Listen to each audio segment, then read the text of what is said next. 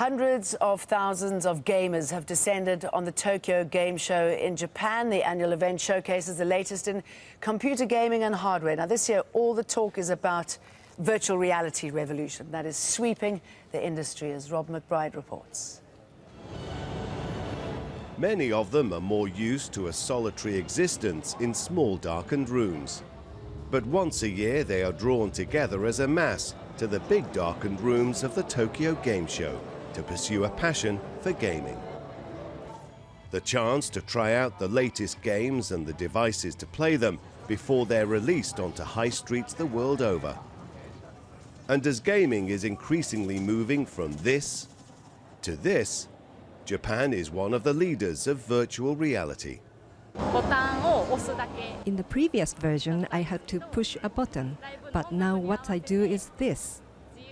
Virtual reality is about to be introduced to the mass market in Japan with the release of the head-mounted display from Sony PlayStation. A leading producer of both games and hardware, Japan is also one of the world's main consumers. For a nation that might be just a little gaming obsessed, out of a global gaming industry worth $100 billion a year, Japan alone accounts for about a quarter of those sales.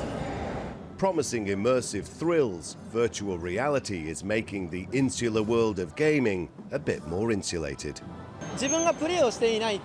I used to think it looked embarrassing, but when you're playing, you forget about your surroundings. The rise of virtual reality comes as the world is introduced to the augmented reality of games like Pokemon Go, taking gaming out into the real world, but with the inherent risks of exercise and meeting people. Not much attraction there for these gaming devotees. To be honest, I'd rather just sit in front of a computer and not actually move around. Over for another year, with the masses melting away back to small, darkened rooms. Rob McBride, Al Jazeera, in a big dark room in Tokyo. Richard Lai is a senior editor at Engadget. He joins us on Skype from Hong Kong, and I believe you've just returned from the show. What stood out for you? What excited you? Well, it was definitely interesting to see VR playing a big part of this year's show, because obviously, as you guys mentioned just now, Sony is about to launch the PlayStation VR system, I think, next month. So they're obviously using this show as an opportunity to give it a kind of a final push, so to speak. And so what do you think the appeal is of VR? And can we see VR being used as an educational tool, for example?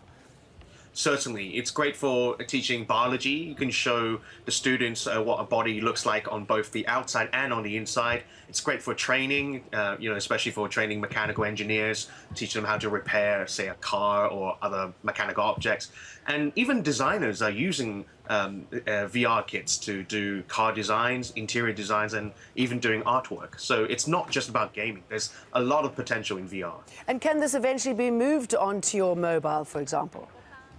Well, I actually spoke to Peter Chow, who's a former CEO of HTC, and he reckons that we might be 2 or 3 years away from getting the high-quality VR on mobile. As it is right now, we're still getting a very basic level of VR. It's you'd only be able to use it for a few minutes before you want to put it down. Whereas a high-end system, you should be able to use it for 30 to 40 minutes non-stop. That's the benchmark of a high-quality VR.